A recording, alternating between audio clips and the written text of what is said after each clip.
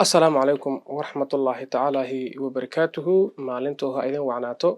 sida gadaasheeda aad ka arki kartaan muuqaalkan hadda waxaan isticmaalayaa waxyo natural ah oo aan green screen ahayn qofka marka uu isticmaalayo green screen-ka waxaa ku adkaanaya in muuqaalkii green screen uu ka saaro oo uu edit gareeyo sidaa daraaddeed marka si aanan iigu adkaan marka aan edit gareynayo muuqaalada oo si fudud aan ku soo saaro waxaan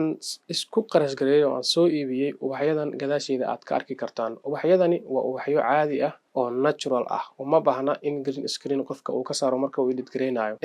dabcan qofka marka uu yahay content creator waxaa looga baahan yahay in maalin walba mowduuc cusub uu soo gudbiyo si marka qofka maalin walba uu soo gudbiyo muuqaal cusub waxaa waajib ku ah in editingkiisa uu fududaado yacni uu awood u yeelan karo in maalintii 2 muuqaal ama 3 muuqaal uu samayn karo marka qofka haddii uu isticmaalayo green screen way ku adkaanaysaa in maalintii 2 muuqaal ama 3 muuqaal ama ka badan uu soo saaro laakiin haddii qofka background-giisa uu yahay mid natural ah oo caadi ah oo real ah waxa u fududaanaysaa in maalintii 3 muuqaal ama 4 muuqaal uu soo saaro sidaa daraaddeed marka waxaan u guuray oo anigana si toos ah aan ugu soo guuray in muuqaalada aan ku soo duubo background natural ah oo real background ah oo aan artificial ahayn dabcan waa ogtihiin markii hore waxaan isticmaali jiray background artificial ah ayaan isticmaali jiray gadaasheeda waxaan ku xiran jiray dhar cagaaran ayaan ku xiran jiray dharkaas cagaaran marka aan ka saarayo cagaarkaas oo background-iga oo artificial-ka aan soo gelinayo runtii aad bay iigu adkayd waxaa loo baahan yahay marka in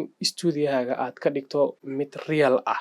dabcan in background-iga sidan uu u qurux badnaado waxa iga saacidaya waa lensiga kaamiradeeda ku xiran lensiga kaamiradeeda ku xiran dhowaan ayaan soo iibiyey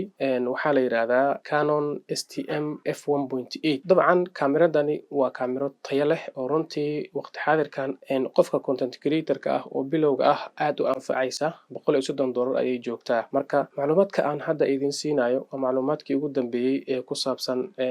studio-hayga iyo qaabka aan u set up gareeyay waxaa idin leeyahay soo dhawaada maalintu ha idin wacnaato haddii ay tahay markii kugu horeysay ee aad aragto Facebook page-kayga waxaan kaa codsanayaa in aad ku soo biirto follow-na aad isoo dhacdo aad baad u mahadsan tahay qalbiga idinka ogsooni